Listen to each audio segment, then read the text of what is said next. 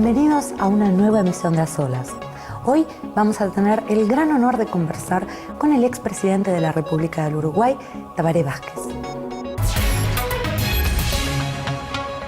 Tabaré Ramón Vázquez Rosas es un político uruguayo nacido el 17 de enero de 1940, presidente de la República Oriental del Uruguay entre 2005 y 2010. En agosto de 1972, se graduó de la Facultad de Medicina de la Universidad de la República como especialista en oncología y radioterapia. Es uno de los líderes del Frente Amplio, partido político de izquierda y centroizquierda.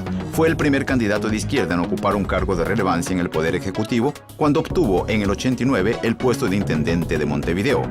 A partir del 94, presidente del Encuentro Progresista, una coalición electoral uruguaya. En 1994 se presentó como candidato a la presidencia ocupando el tercer lugar. En 2004, con el 50,45% de los votos, fue electo presidente de la República Oriental del Uruguay, cargo que asumió en 2005. Bueno, ahora sí, entonces, antes que nada, permítame decirle muy buenos días y muchísimas gracias por habernos concedido esta oportunidad, por haber encontrado un poco de tiempo para recibirnos y conversar aquí con nosotros. Muy buenos días y realmente el agradecido soy yo por esta tan importante oportunidad que usted y el canal me brinda, porque sé que llegamos a mucha gente y realmente los medios de información cumplen una tarea muy importante en ese sentido. Ya ha pasado más de un año desde que terminó su presidencia. Con el tiempo, la memoria social suele reducir un periodo en particular a 2 o 3 características distintivas. ¿Cómo cree usted que pasará la historia su gobierno, su mandato? Bueno, el gobierno tuvo un equipo, ¿verdad? Porque nos ocupamos, desde que ganamos las elecciones, en octubre de 2004, formar un equipo multidisciplinario, político, pero también técnico, que cada ministro tuviera su especialidad, un background de conocimientos muy importantes sobre el tema que iba a ocuparlo en su ministerio. Y el trabajo fue permanentemente elaborado desde el Poder Ejecutivo en equipo, a tal punto que nosotros instituimos las reuniones de ministros, los consejos de ministros en Uruguay, de manera semanal. Todos los lunes nos reuníamos el presidente con todos sus ministros a discutir en conjunto todos los temas, de forma tal que el ministro de Salud Pública sabía cómo estaba la situación económica en ese momento y el ministro de Economía sabía cuáles eran las urgencias del Ministerio de Ganadería, y ese trabajo en equipo, claro, permitió ahorrar mucho tiempo para tomar algunas resoluciones que había que tomar muy rápidamente. Bien, en ese trabajo de equipo yo creo que hubo 2 o 3 elementos fundamentales que creo pueden marcar aquel periodo de gobierno de 5 años. Uno de ellos fue la prioridad que le dimos a la educación. Y más allá de aumentar los recursos presupuestales para la educación en Uruguay, en todos los niveles, primario, secundario, terciario, y apoyar también no solo la educación pública, sino la educación privada, algunos programas como el Plan Ceibal, que fue dotar de una computadora gratuitamente a todos los niños de las escuelas públicas de todo el país y a los maestros, y darle además conectividad, que les llegue internet. Hoy en Uruguay, en el interior del país, en las plazas públicas, el niño puede conectarse a internet. En los clubes deportivos del interior del país puede conectarse a internet. En los cuarteles puede acceder a internet, el niño, el maestro. Bueno, esto yo creo que dio un salto cualitativo muy importante para el Uruguay, sobre todo mirando hacia el futuro. Porque dentro de algunos años, cuando estos niños salgan al mercado laboral, van a saber manejar una computadora, van a saber hacer un programa.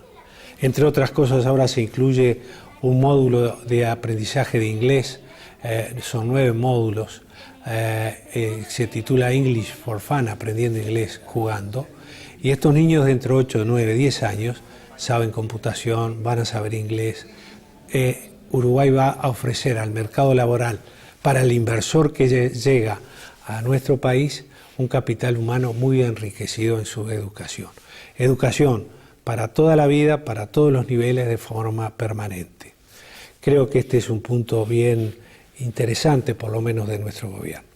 El segundo punto fue el de las reformas, reformas estructurales, profundas. Reformamos el sistema impositivo, empezando por la reforma de la propia Dirección General Impositiva del organismo recaudador. Introdujimos el impuesto a la renta de las personas físicas para que pague más quien tiene más y menos quien tiene menos. En el Uruguay este impuesto no se aplicaba, no existía. Hicimos una reforma, educativa, una reforma de la salud que hace que hoy todos los uruguayos tengan derecho a tener una asistencia de salud adecuada. Instituimos la formación de un sistema nacional integrado de salud, tanto en lo público como en lo privado, trabajando en el mismo sistema, haciendo también que económicamente a ese sistema contribuya más económicamente quien más tiene y menos quien menos tiene, pero que reciban toda una asistencia igualitaria. Yo creo que este fue otro elemento, el de las reformas en nuestro país. Y un tercer elemento fue buscar una amplia inserción del Uruguay en el contexto internacional. Usted sabe muy bien que hay varios procesos de regionalización, de integración regional.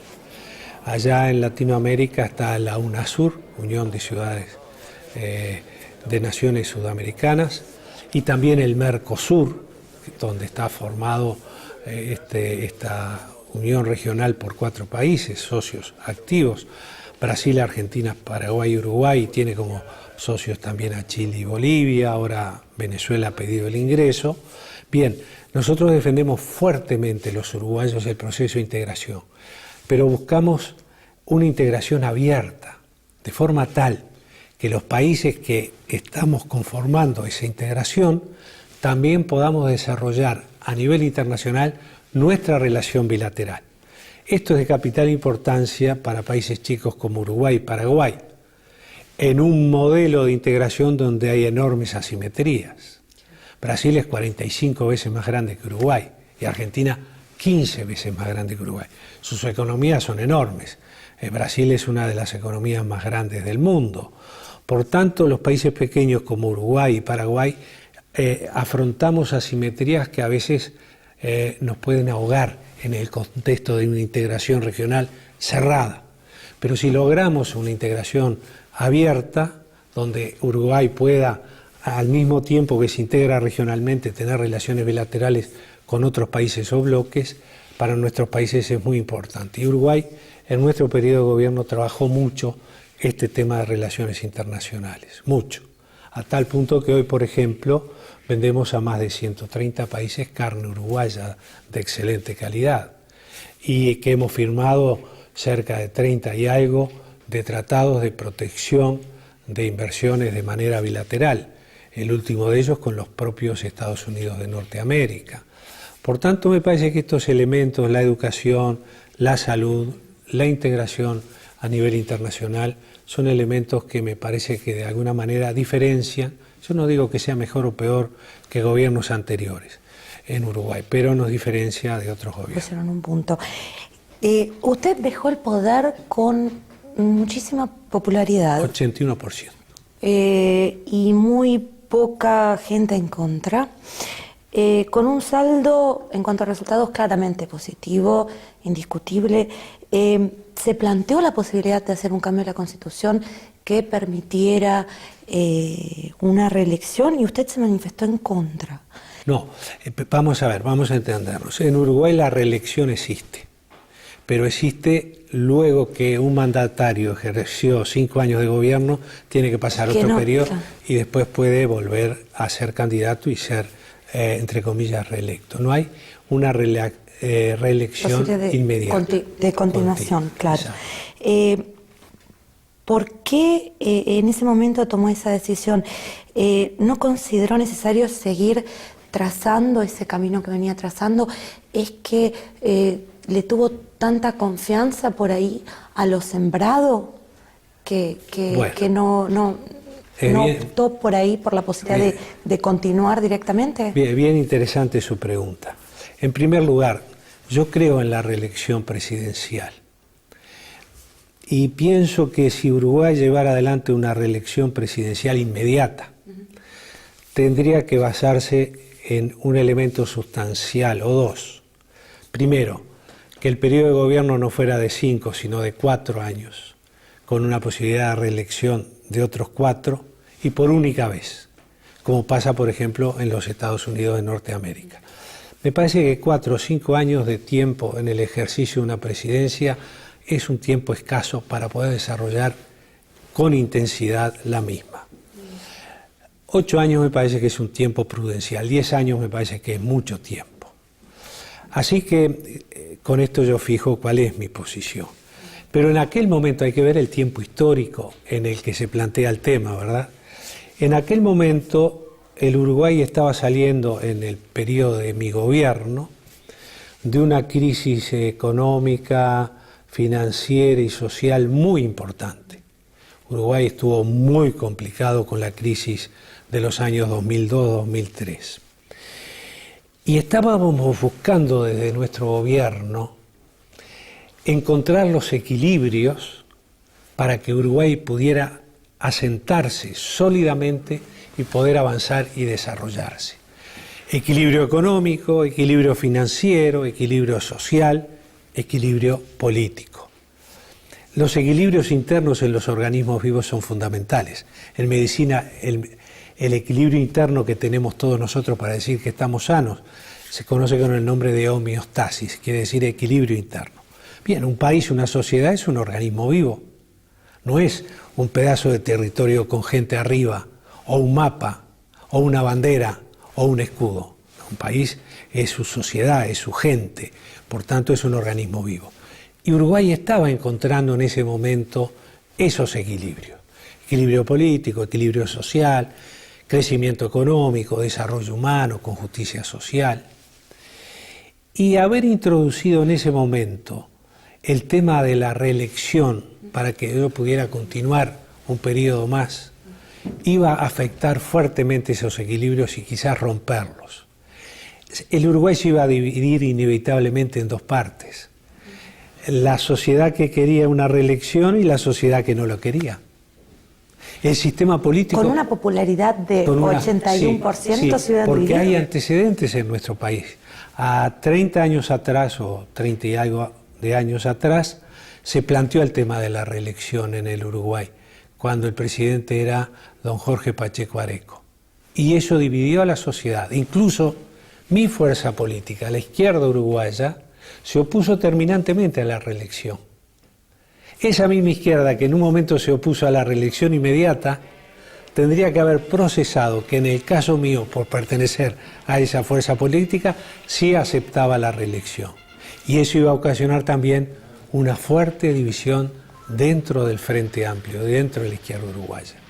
Y a mí me pareció que era mucho más prudente no generar ese tipo de división, ni en la sociedad, ni en la fuerza política, porque considero, estoy absolutamente convencido que la izquierda uruguaya tiene el mejor proyecto político para que los uruguayos vivan mejor. Y lo que importa no es el gobernante de turno, que es solamente una herramienta. Lo que importa es el proyecto político para lograr dignidad de vida en la gente. Y yo estaba seguro que, continuando cualquier otro compañero del Frente Amplio en el ejercicio de gobierno, ese proyecto político estaba asegurado desde el gobierno continuar adelante. Y todos estos elementos conjugados en aquella situación política fueron los que me llevaron a no aceptar ir a una reelección. Fue una confianza, de todos modos, digamos, el elemento confianza existe en este caso por ahí en el proyecto. ¿Cómo no? En el proyecto, en la fuerza política y en quien iba a ser o quienes pudieran ser candidatos de esa fuerza política para continuar con el proyecto adelante. ¿Y cómo evalúa usted, digamos, la tarea que está realizando Uruguay en continuar, digamos, con ese camino, el camino trazado? La evalúo muy bien, desde todo punto de vista. Y esto no quiere decir que en algunas cosas el gobierno no se pueda equivocar, o quizás en algunas cosas que hoy quien habla, un ciudadano común y corriente, sin ningún cargo político, ni siquiera de dirección política dentro del frente, pueda estar de acuerdo o no con algunas determinaciones que toma el presidente. Pero no podemos razonar por la excepción, sino por la regla. Y yo creo que nuestro presidente está cumpliendo con el programa y está cumpliendo con los compromisos que él asumió ante los uruguayos. El programa político que él presentó en la campaña electoral, cuando los uruguayos lo eligieron a él, pasó a ser un compromiso del gobierno para todos los uruguayos. Y lo está desarrollando. ¿Con dificultades? Sí. ¿Con algún error? Quizás sí, pero lo está llevando adelante. Y bueno, y no se equivoca quien no hace. Pero yo creo que ha pegado mucho más en el clavo que en la herradura. Yo creo que está haciendo una muy buena presidencia el presidente Mujica y todo su equipo de gobierno.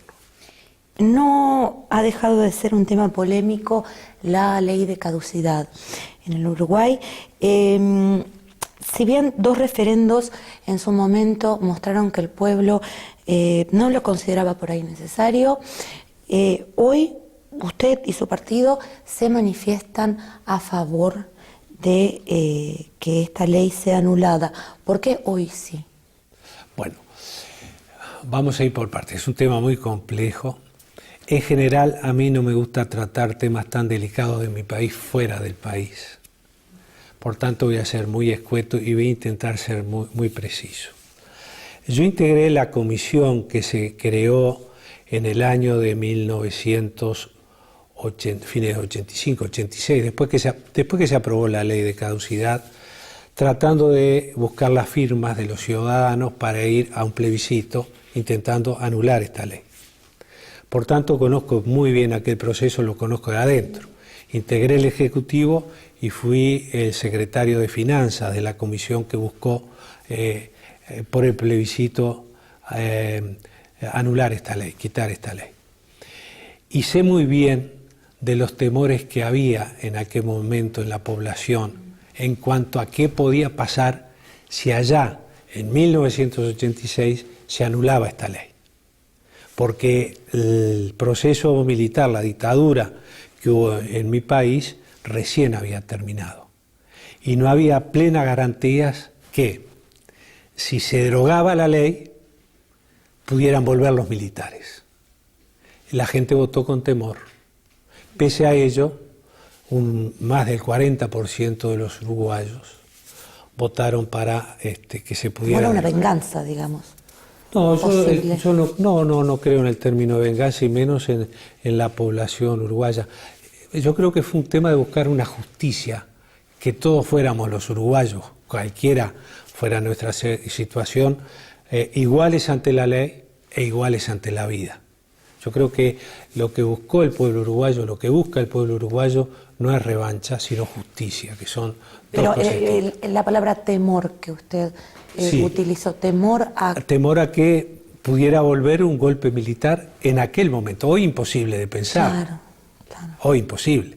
Entre otras cosas, precisamente porque existe el Mercosur. Y el Mercosur tiene en una de sus cláusulas constitutivas el principio de que los países que lo integran tienen que ser plenamente democráticos, si no quedan fuera del proceso de integración, entre otros elementos.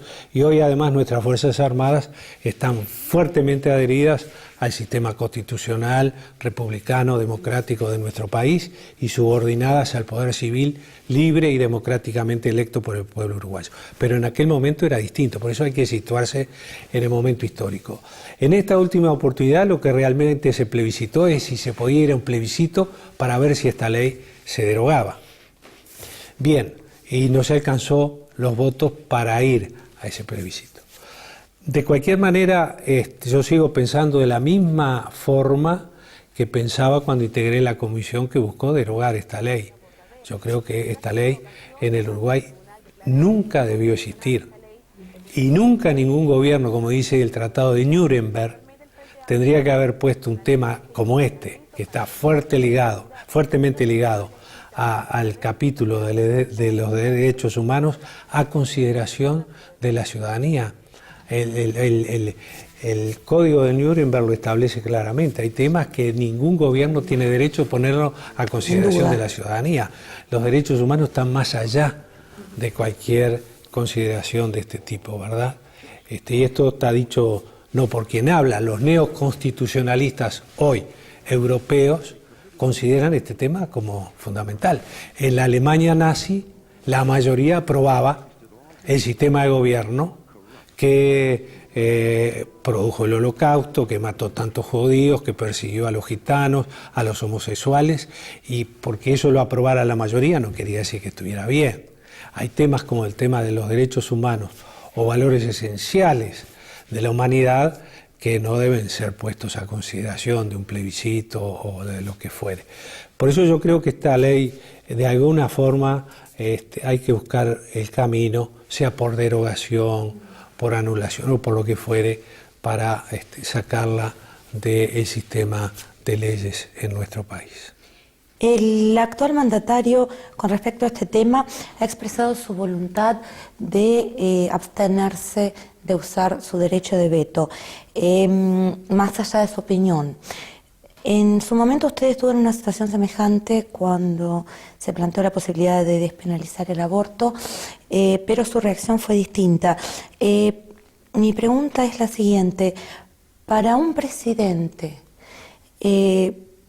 no ir en contra de una ley que considera incorrecta, ¿es respecto a la democracia o es falta de responsabilidad, digamos?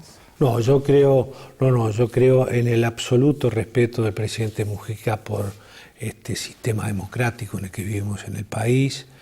Creo absolutamente a ciegas, absolutamente en la intención del presidente Mujica de respetar precisamente al sistema político, al poder legislativo.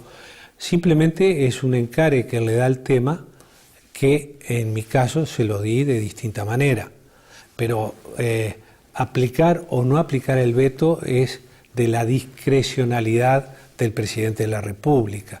En aquel momento yo entendí conveniente, de acuerdo a mi pensamiento, no religioso, a mi pensamiento científico y filosófico, que no podía permitir que se despenalizara el aborto en las condiciones que se plantea, y simplemente hice uso de una herramienta constitucional como es el veto. Estoy seguro que con la misma transparencia y el mismo convencimiento, hoy el presidente Mujica cree que no tiene que aplicar ese mecanismo, y creo que es también absolutamente respetable. Entonces, en ambos casos estamos hablando de un respeto a yo la creo democracia. que sí. Son posiciones distintas, en situaciones distintas y en momentos distintos. Hemos tenido el enorme placer de conversar con el expresidente de la República del Uruguay, Tabaré Vázquez. Nos despedimos y será hasta la próxima.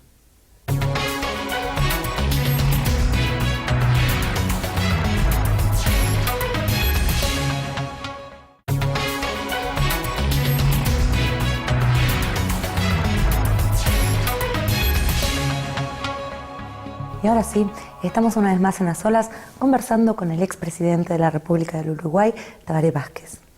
En Uruguay se discute mucho el tema de la distribución de la riqueza. El actual mandatario, y me gustaría citarlo textualmente, ha dicho que si bien a nosotros filosóficamente no nos gusta el capitalismo ni por asomo, el capitalismo tiene que cumplir un ciclo importante: multiplicar los medios, multiplicar el conocimiento y la cultura, y va a terminar siendo sepultero de sí mismo. Son sus palabras textuales. Primero quisiera preguntarle, ¿está usted de acuerdo con esta postura? El presidente Mujica es muy sabio. Es sabio porque es inteligente, pero también es sabio porque es viejo y tiene mucha experiencia de vida. Y él en pocas palabras dice lo que a veces a nosotros nos cuesta decirlo en esas pocas palabras, y tenemos que utilizar muchas palabras. Yo creo en el socialismo, y creo que el capitalismo, sobre todo este capitalismo salvaje de la competencia, del egoísmo, del sálvese cada cual como pueda, que cada cual se arregle a su manera, tiene que sucumbir como sistema de vida. Y creo en el socialismo en tanto aquel pensamiento ideológico que busca la igualdad y la libertad, que es muy difícil lograr la conjunción de estos dos elementos, porque ha pasado en la historia de la humanidad que en búsqueda de la igualdad se sacrifica la libertad. Eso no es socialismo. O en busca de la libertad se sacrifica la equidad o la igualdad. Eso tampoco es socialismo. Construir el socialismo no es fácil, pero yo creo que se van cumpliendo etapas y dentro del capitalismo, dentro del sistema, que Uruguay no va a cambiar el capitalismo en el mundo. Uruguay no va a implantar el socialismo en el mundo. Somos muy pequeñitos para hacer eso. Pero sí en el Uruguay, con estos nuevos gobiernos... Cuba también es muy pequeño. Cuba también es muy pequeño. Cuba también es muy pequeño, pero es muy grande en su historia, partiendo de Martí en adelante. Pero bueno, volvamos al Uruguay. En el Uruguay se han dado pasos muy importantes para buscar la libertad de expresión, de opinión, de pensamiento, de expresión. Y también nuestros gobiernos, el anterior y este, y también otros gobiernos anteriores, incluso de principios del siglo pasado, buscaron llevar adelante con las herramientas disponibles en política, en democracia, en una república libre y democrática, soberana, el tema de la igualdad y una justa distribución de la riqueza, que de eso se trata. América Latina es la región o la subregión del mundo que distribuye peor su riqueza. No es la más pobre del mundo, no es la más pobre. Yo creo que es una región extremadamente rica, pero tiene una enorme cantidad de pobres, cientos de millones de pobres, lo que encierra una enorme injusticia social, porque distribuye muy mal la riqueza. Bien, dentro de esa región que distribuye tan mal la riqueza, Uruguay es el país que la distribuye mejor. Pero pese a que la distribuimos mejor en la región, la distribuimos peor, por ejemplo, que los países europeos que la reparten peor. Los países europeos que reparten peor la riqueza la distribuyen mejor que Uruguay, que es el que mejor la distribuye en la región. Y esto lo tenemos que mejorar, sobre todo un gobierno de izquierda. ¿Qué elementos tenemos para mejorarla? No tenemos ni una varita mágica, no tenemos milagros, tampoco podemos, me parece a mí, inventar nada, pero sí podemos tener 3 herramientas para mejorarla, que es la política fiscal o impositiva, gravando a los que tienen más para que paguen más y menos quien tiene menos. Uruguay está en ese proceso de mejorar incluso la aplicación de impuestos directos a la población, y en este momento se estudia la forma de cómo gravar el capital sin destruir el modelo que estamos llevando adelante, que dio resultados sociales muy importantes, como que seamos el país de la región que distribuye mejor la riqueza y que hoy tengamos una desocupación de 5,6% nada más, porque el modelo económico y social que se está llevando adelante generó muchos puestos de trabajo, y esa es la mejor política social que podemos llevar adelante los gobiernos, generar puestos de trabajo genuinos, dignos, con salarios dignos. Bien, pero teniendo en cuenta este fenómeno y los equilibrios a los que hablábamos hace un momento, tenemos que avanzar en estas políticas impositivas para redistribuir mejor la riqueza. Un elemento. Otro elemento para distribuir la riqueza es la seguridad social. Asignaciones familiares, asistencia a los trabajadores que se enferman, etcétera, etcétera. Un tercer elemento son las políticas públicas. Y Uruguay redujo la mortalidad infantil en 5 años de 2 dígitos a 1, de un 13 por 1000 a un 7 y algo, 8, no sé, por 1000 que tenemos ahora. ¿Esto fue por milagro? No, fue por las políticas o los programas de atención materno-infantil que llevaron a que la mortalidad infantil disminuyera. ¿Por qué? Porque se atiende correctamente a las madres, sobre todo a las más pobres, a las madres adolescentes, que hay una gran cantidad de embarazos adolescentes en nuestro país, haciéndole que tengan asistencia médica gratuita, que concurran a controlarse durante el embarazo, hacer el seguimiento del crecimiento de su niño dentro de su vientre durante todo el embarazo, controlando a la madre, teniendo neonatólogos y pediatras a disposición desde que nace el niño, teniendo asistencia médica gratuita. Todo esto llevó a que la mortalidad infantil en nuestro país disminuyera. Mire, hay una localidad en nuestro país, un asentamiento muy humilde, muy pobre, muy marginal en el norte del país, en Bella Unión, que se llama Las Láminas. Cuando llegamos al gobierno, en Bella Unión, en Las Láminas, la mortalidad infantil era de 53 por 1000. Vergonzoso. Había otros lugares del Uruguay, sobre todo en la capital, en Montevideo, en la ciudad, y en sectores socioeconómicos de poder adquisitivo alto y de una gran educación, que la mortalidad infantil estaba por debajo del 8, del 9 por 1000. Fíjese usted, en el mismo país pequeñito, aquí mortalidad infantil 8 por 1000, allá 53 por 1000. E incluso Montevideo, la ciudad capital, en los cinturones de pobreza había una mortalidad infantil de 15, 16, 17 por 1000. Entonces es una gran injusticia. Bueno, llevando políticas públicas, con programas serios, bien, no con paternalismo, sí, y no con populismo, sino con programas científicamente preparados, controlados, evaluados, seguidos, se puede lograr disminuir esa diferencia social, no solo en lo económico, sino en las prestaciones de servicios y en los derechos de los ciudadanos, porque todos los ciudadanos tienen derecho a vivir una vida digna, y eso también requiere una mejor distribución de la riqueza, no solo material, sino social, espiritual, en fin, etcétera. Ahora, disculpe, en esto que usted nos está diciendo, en esta visión, de todos modos se está hablando de una intervención del Estado, de un hacer algo para que esa distribución sea más justa, que por ahí no coincide con lo que se dice diciendo que el capitalismo es necesario, se va a destruir solo, digamos. ¿Se va a destruir solo o hay que intervenir? Vamos a entendernos. En esta etapa de este proceso histórico, en nuestra fuerza política, no llevamos adelante la antinomia Estado versus mercado, ¿verdad? El neoliberalismo propugnaba el mercado que iba a hacer todo, incluso distribuir la riqueza. Iba a crecer todo tanto que iba a desbordar y entonces le iba a llegar a los que más necesitaba. Y de ahí surgió la idea del final de la historia, todo ese disparate que hubo en esa época.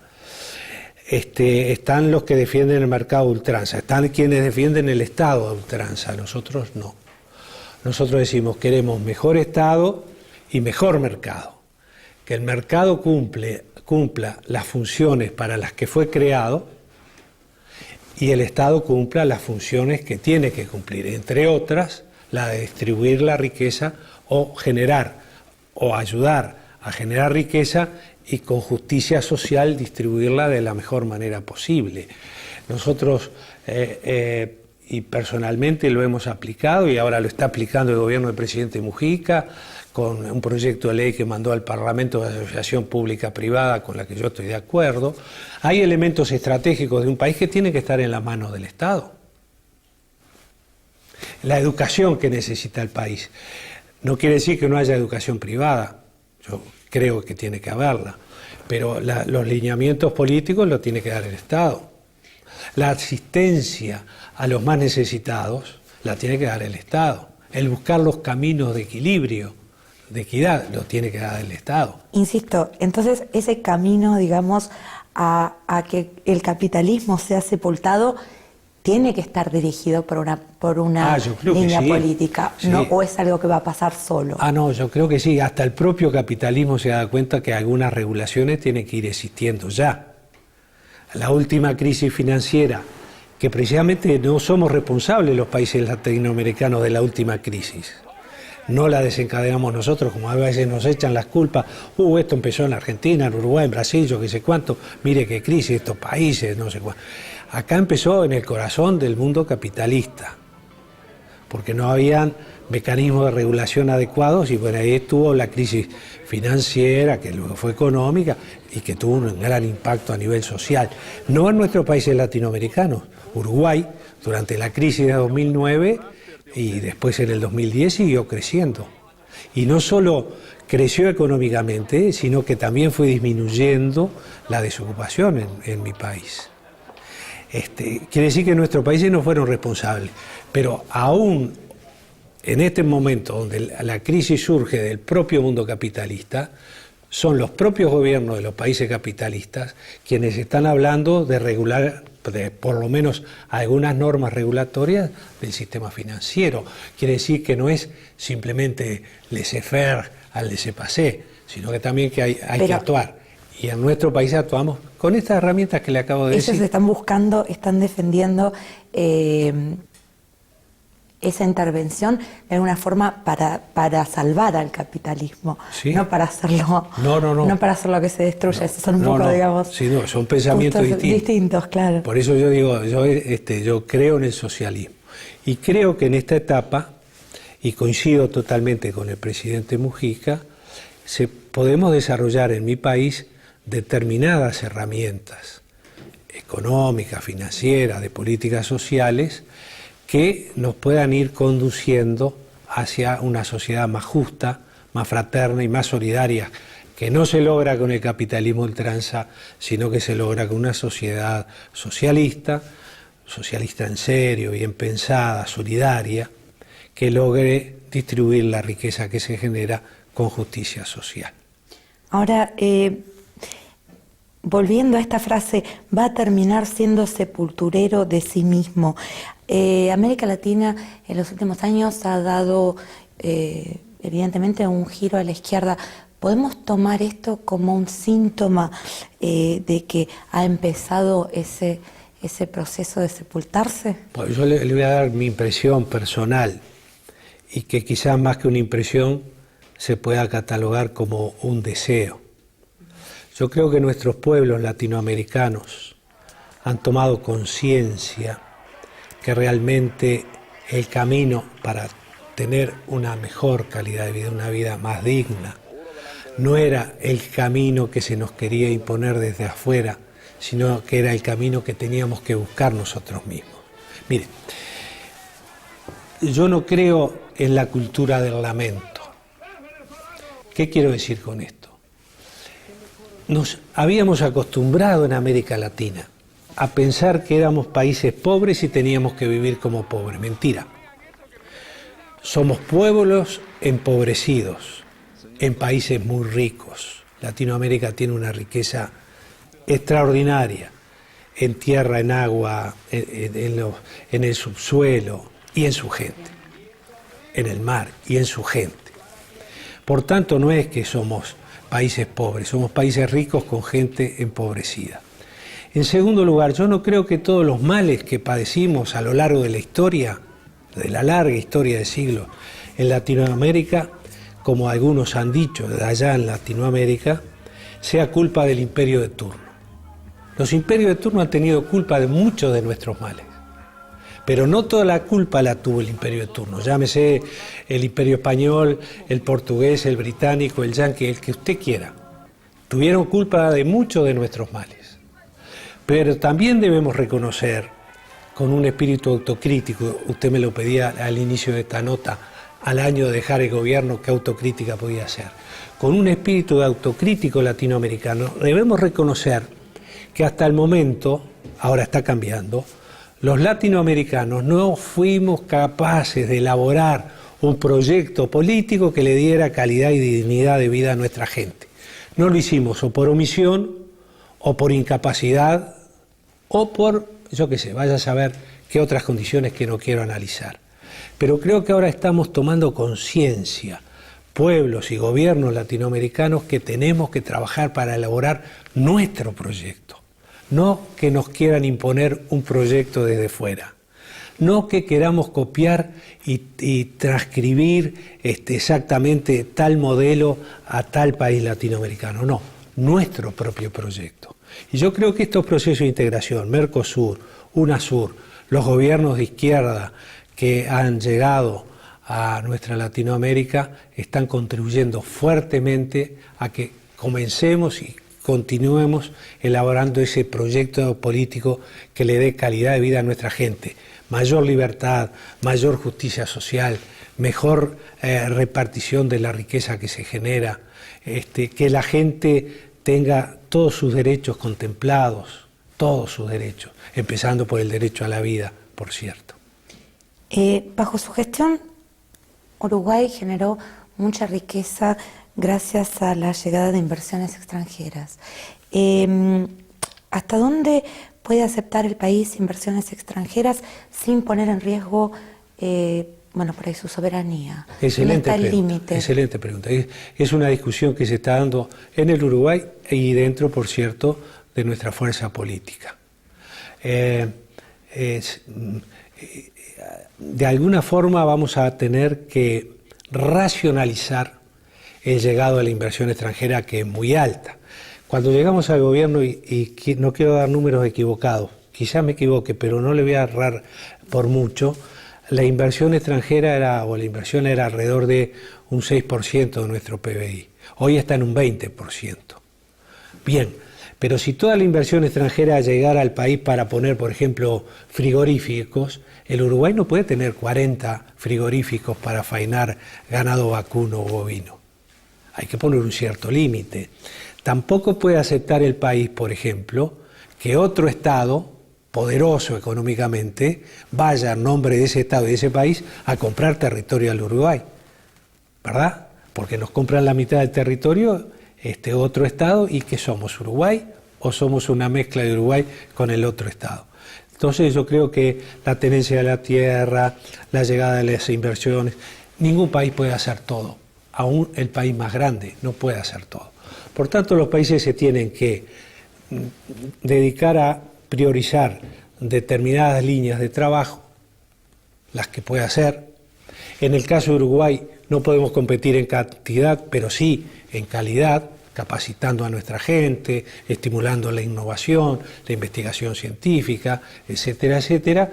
Y bien, Uruguay dirá, como ya lo está diciendo, bueno, para nosotros es prioritario en este momento la ganadería, agricultura, la piscicultura, el turismo termal, etcétera, etcétera. Bueno, vamos a orientar a través de herramientas también políticas de gobierno que las inversiones lleguen a esos sectores.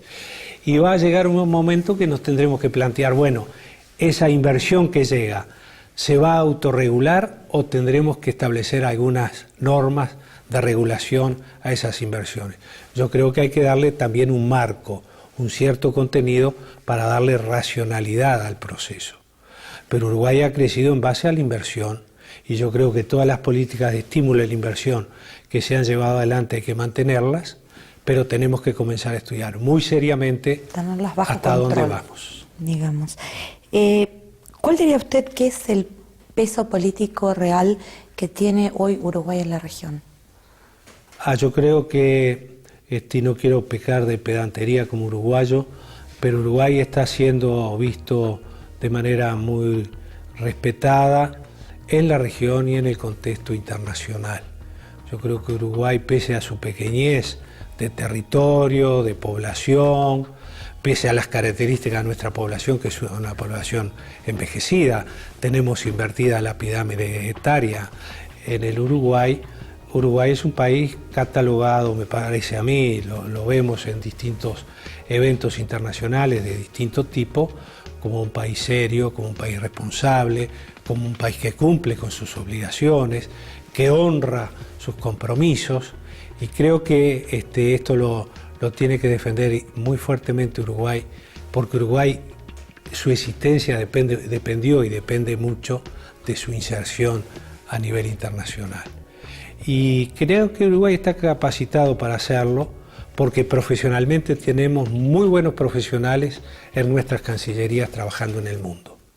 Y en segundo lugar, porque estamos convencidos todos los uruguayos, más allá de diferencias políticas, que este es el camino de la seriedad, del respetar para ser respetados, respetar las normas internacionales, ser un país solidario y seguir defendiendo los principios que hemos defendido siempre: la no intervención en asuntos internos de otro país, la libre determinación de los pueblos, el respeto a la soberanía de cada nación y el derecho de cada nación de autorregularse, autodefinirse.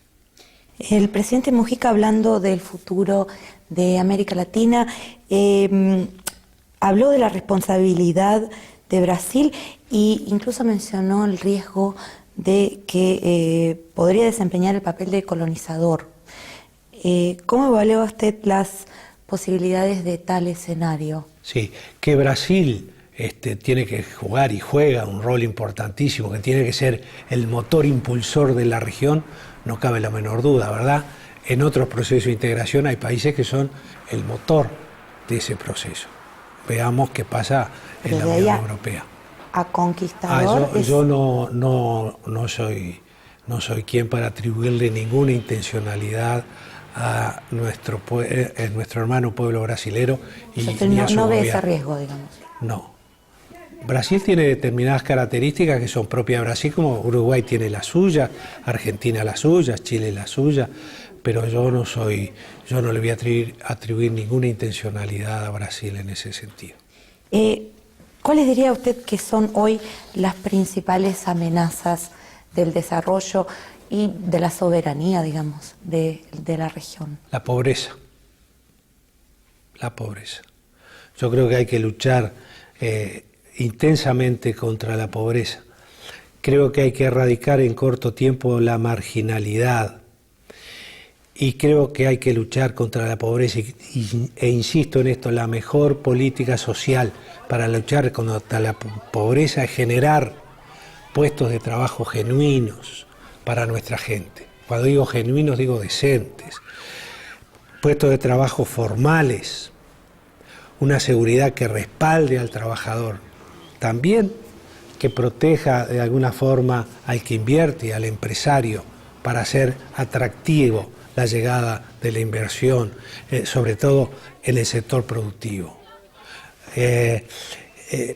Luchar contra la pobreza distribuyendo mejor la riqueza. La pobreza es un flagelo que puede atentar enormemente contra ese equilibrio interno tan necesario para vivir con dignidad en un país. Y el presidente Mujica ha enfocado este tema como prioritario, le está dando una gran importancia al trabajo para erradicar la marginalidad y disminuir la pobreza. Cuando llegamos al gobierno en 2005 teníamos una marginalidad de un 5% y una pobreza de un 31%. Hoy la marginalidad en Uruguay está en 1.5% aproximadamente y la pobreza en menos de un 20%. Se puede. Claro que esto no se logra de la noche a la mañana, reitero, no hay milagros, no hay varitas mágicas. Y claro también que la población tiene desde hace tiempo reclamos, reivindicaciones que son justas, que son lógicas y que quieren que ya se solucione, pero ya a veces es imposible. Pero se puede avanzar y Uruguay está avanzando en esa dirección con políticas adecuadas para ir erradicando la pobreza extrema y para ir disminuyendo también los niveles de pobreza. La política exterior de su gobierno le dedicó una especial atención a Rusia. ¿Por qué? ¿Cuál cree usted que es el papel que tendrá Rusia en el futuro desarrollo de...? Primero que nada porque Rusia es un gran país, es un enorme país. En segundo lugar, usted sabe que allá en Uruguay queremos mucho a los rusos, porque no descubrimos Rusia y a sus ciudadanos ahora. Yo nací en un barrio de la periferia de Montevideo, que se llama La Teja, que está próximo a otro barrio que se llama El Cerro, porque está ubicado en una elevación del terreno que tenemos allá en Montevideo, que se llama ese barrio precisamente el Cerro de Montevideo. Y en ese Cerro de Montevideo, cuando llegó una gran cantidad de migrantes de distintas partes del mundo, de Europa, allá al Uruguay, muchas de esas colectividades se radicaron en el Cerro y en La Teja. rusos, polacos, armenios, turcos, judíos también, en fin. Y en esa zona había una colectividad, también la hay en el interior del país, de una colonia rusa. Por ejemplo, en el Río Negro, pegado al río Uruguay y en frontera con Argentina, hay un pueblo que se llama San Javier, que es eminentemente, predominantemente de ciudadanos descendientes de rusos. Bueno, también lo había en el Cerro y en La Teja, y se hicieron querer enormemente esta gente rusa, enormemente. No formaron un gueto, se integraron con la sociedad, establecieron comercios, en aquel momento algunos tenían tiendas, tenían almacenes, y eran los que daban el crédito a los vecinos para que pudieran comprar sin tener que pagar en el momento, fiando, y después a fin de mes, cuando el uruguayo cobraba, iba y pagaba su obligación a ese ciudadano que había venido de otra parte del mundo y que había desarrollado un sistema de crédito local pequeño, pero que lo hacía con un gran espíritu solidario. En mi barrio había un constructor ruso, y le decían el ruso, que hablaba muy mal el español, pero tenía una gran habilidad para construir viviendas modestas. Y entonces había armado una pequeña empresa con trabajadores, albañiles, etcétera, de ahí del barrio, y los trabajadores del barrio que trabajaban en los frigoríficos, en fin, en distintos lugares, hacían sus ahorros, compraban un terreno, y con otros ahorros que iban haciendo, el ruso, constructor, con obreros de la zona, iba haciendo junto con el trabajador su vivienda de material, de ladrillos, de techo de hormigón, en fin, y era todo un personaje en el barrio. Así que tenemos muchos motivos para querer a los rusos y para creer que los conocemos bastante. Usted ha hablado de la posibilidad de aspirar a la presidencia en el año 2014, de la posibilidad en caso de que... Hace pocos días dije algo que quizás fue mal interpretado o lo dije mal. Repetí exactamente lo que había dicho cuando se me preguntó en el tiempo que iba a dejar el gobierno, febrero del 2009. Cuando usted tiene 20, 25, 30 años, si usted puede hacer me... un proyecto a 30 años. A mi edad no. Porque la biología juega un papel muy importante. Por otro lado, hay circunstancias políticas y circunstancias políticas. Lo que dije y mantengo es que llegado el momento y si la salud me lo permite. Si los frentes amplistas, que son los que deciden soberanamente quién va a ser su candidato, porque en el Frente Amplio no viene algún compañero y dice yo voy a ser el candidato, no. Los Frentes Amplistas eligen libre y democráticamente quién va a ser su candidato y lo hacen con mucho raciocinio, etc. En el caso de que así fuera, de que se reunieran todas estas condiciones, ¿con qué Uruguay le gustaría encontrarse? ¿Qué objetivos quisiera que Uruguay hubiera alcanzado para aquel entonces? Que simplemente que siguiera cumpliendo y avanzando y ahondando los cambios en este camino que ha trazado nuestro Frente Amplio, nuestro proyecto político, el proyecto político de la izquierda uruguaya, que no es el único proyecto político en el país, pero que desde mi modesto punto de vista es el mejor proyecto político que el país tiene para que su gente viva mejor. Bien, el gobierno anterior comenzó ese camino, este gobierno lo está mejorando, lo profundiza, lo alarga, lo pule, y a mí me parece que sería bueno que cuando llegáramos al próximo periodo de gobierno, la gente, el electorado, tuviera como perspectiva el poder continuar este camino que ha dado muchos frutos para el Uruguay. El Uruguay ha cambiado en 5 años. Prometimos cambios y hubo cambios. El Uruguay aquel triste, aquel Uruguay del no se puede, aquel Uruguay gris, aquel Uruguay que expulsaba a su gente, sobre todo a los más jóvenes y a los más capacitados, ha quedado atrás. Hoy el Uruguay tiene otra esperanza, tiene otra forma de vivir, otra alegría, ha recuperado la confianza, su autoestima, sabe que podemos y que este es el camino. Entonces yo quisiera que para el 2014 el Uruguay se encontrara en este camino y estoy seguro que va a estar en este camino porque creo en este gobierno que voté y creo en mi presidente, que es don José Mujica.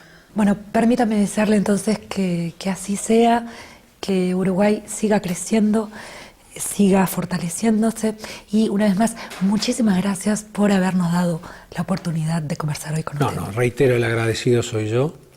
Quiero dejar un saludo muy fraterno y mi agradecimiento a este querido pueblo ruso, al gobierno que también nos ha recibido con tantas muestras de afecto. Tienen un pueblo encantador y también quiero aprovechar para saludar a todos los ciudadanos de habla hispana que en distintas partes del mundo van a ver este programa. Gracias. Hemos tenido el enorme placer de conversar con el expresidente de la República del Uruguay, Tabaré Vázquez. Nos despedimos y será hasta la próxima.